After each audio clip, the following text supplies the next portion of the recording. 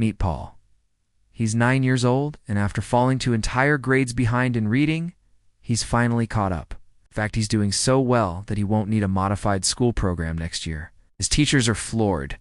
They say they've never seen anyone make progress that fast. But just 18 months ago, Paul's story was completely different. He was struggling. His confidence was shot, and he felt like he was failing. And this isn't just about Paul. It's the story of so many young students who face what feels like academic failure, and against the odds, find a way to shine. These aren't overnight miracles. They're stories of resilience, hard work, and what can happen when a child gets the right kind of support. From kids who couldn't read a single sentence to those who jumped multiple grade levels. We're going to look at some of the most inspiring turnarounds happening in schools today. These are the unbelievable success stories that prove no child is a lost cause. Before the big success, there's almost always a big struggle. For a lot of kids, that struggle feels like hitting a brick wall. Take Cody, a first grader who was so overwhelmed by school that he would come home with his shirt collars chewed and stretched out, totally lost and frustrated. It wasn't because he wasn't trying. It was because he felt a complete disconnect from a world that everyone else seemed to get. See this pattern again and again. Think of Jessica, who had such a tough time starting first grade that she'd get discouraged and refused to even try reading. Or Jack, whose report card did unshow the real problem. He could understand the basic meaning of what he was reading. For these kids, school isn't a place of wonder, it's a place of daily dread. For parents, watching your child go through this is heartbreaking. One mom described her daughter Madison's struggle as a true low point, where she grew more anxious and alone each day. Paul, from our intro, was even called lazy by a teacher. It wasn't until a professional assessment showed he was actually advanced in math, but years behind in other subjects, that the real picture became clear. This goes way beyond bad grades. It's the tears over homework, the fear of being called on in class, and the quiet belief that maybe they just aren't smart enough. This is the starting point for millions of students, but for so many, it's also the start of an incredible journey. So what flips the switch? How does a kid go from feeling like a failure to feeling confident and successful? Usually it's a turning point, a specific program, or a new approach that finally clicks. For some, it's about finding a different way to learn. Think about Dana, a third grader who truly struggled with reading. Her turning point was a specialized learning center that gave her targeted 101 support. The result? She was eventually reading stories aloud to her younger sibling, a moment her parents thought they might never see. Then there was Cody, the boy chewing on his clothes.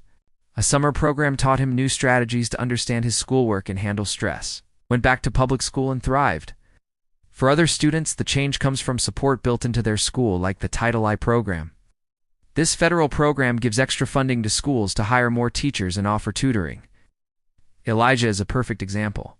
He was falling behind, and his mom asked his teacher, "How are you going to support him?" The answer was Title I. It funded small group help and an after-school program.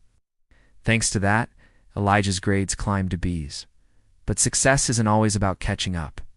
For gifted students, the struggle is being held back. Programs for the gifted and talented, or GATE, are designed to give these kids the challenge they need.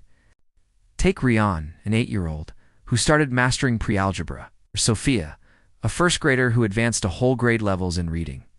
These programs show that a one-size-fits-all education doesn't really fit anyone. The turning point is always getting them the specific support they need to fly. After is so much more than a good report card. It's when a child's whole view of themselves changes. Remember Dana, the girl who was afraid of books? The triumph is her confidently reading a story to her little brother, or Jack, who struggled for years. After a focused program, his fluency shot up by 5 years, and he gained the critical thinking skills he needed for middle school. For students who were once drowning, the change is life-altering. One student, Ben, went from C's to A's in math and science, and Paul, the boy who started our story, is now caught up and no longer needs extra help. His teachers are blown away, and for the kids who are ready to soar, the triumph is seeing how high they can go. It's CL, a 7-year-old who won a district-wide math competition. But maybe the most powerful triumph is the one that happens inside. Zeke, a kindergartner with a rare neurological disorder, showing up every day with joy, learning to read and do math, And Madison, who was anxious and withdrawn, started making friends again and planning for her future. That is the ultimate victory. Not just a better student, but a happier, more confident kid. These stories all point to the same powerful lessons. First, they show us that no child is a lost cause. The journey of a student like Cody, who went from overwhelmed to a successful high school student, is proof. The problem is rarely the child. It's about finding the right fit between the child and how they learn. The second lesson is that there's no one-size-fits-all support. For Dana, it was tutoring. For Elijah, it was a Title I program. For kids like Rian, it was an accelerated curriculum. Real educational equity isn't about giving every student the same thing. It's about giving every student what they individually need. Finally, these stories shout about the undeniable power of advocacy. Would Elijah's story be the same if his mother hadn't asked, "How are you going to support him?" A great teacher or a program can open a door, but often it's a parent who makes sure their child walks through it. Ultimately, the message is one of incredible optimism. A story that starts with struggle doesn't have to end there. Inside every child who is falling behind, there is a success story waiting to be written. These stories show us that, with the right support, the right intervention, and a whole lot of heart, what looks like failure can become a story of triumph. If this story inspired you, please share it with someone who might need a little bit of hope. For more stories of incredible students, make sure to like and subscribe.